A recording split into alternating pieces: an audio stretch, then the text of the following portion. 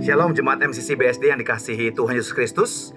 Daily Bible reading kita hari ini diambil dari Matius pasal yang ke-7 ayat ke-12, 13, dan 14. Saya ingin bacakan ayat 13, dikatakan, "Masuklah melalui pintu yang sesat itu, karena lebarlah dan luaslah jalan yang menuju kepada kebinasaan, dan banyak orang yang masuk melaluinya."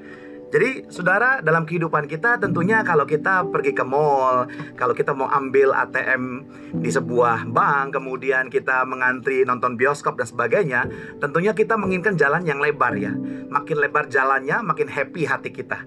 Ketika kita punya parkiran lebar, kita senang. Ketika kita mempunyai jalan di hadapan kita lebar, tidak macet, maka kita senang. Tapi sebaliknya ketika kita antri jalannya sempit, jaraknya padat, kemudian lebar ruangannya sempit, maka kita akan merasa tidak nyaman dan tidak suka. Kalau bisa tidak perlulah melakukan hal itu.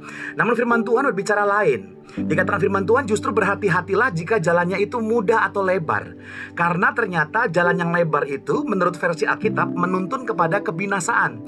Justru masuklah melalui jalan yang sempit itu bicara tentang apa?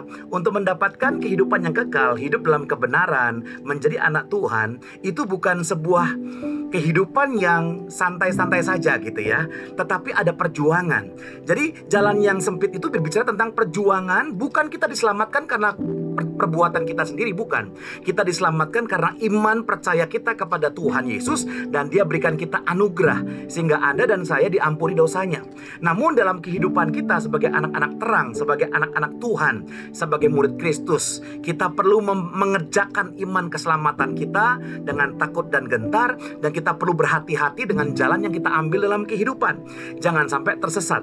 Nah, ilustrasi dari ayat ini kalau kita perhatikan di perikopnya tentang jalan yang benar.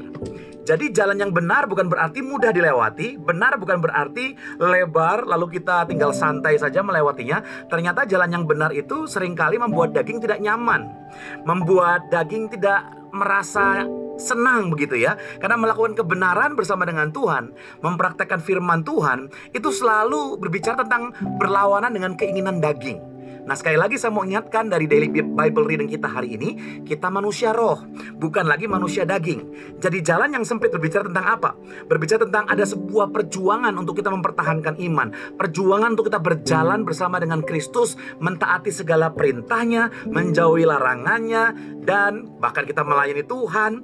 Itu semuanya merepotkan daging, semuanya membuat daging tidak nyaman. Tapi karena itulah ya, daging kita hilang kuasanya supaya kita bisa berkata, Tuhan makin bertambah-tambah dan kita makin berkurang-kurang. Tuhan Yesus memberkati kita semua.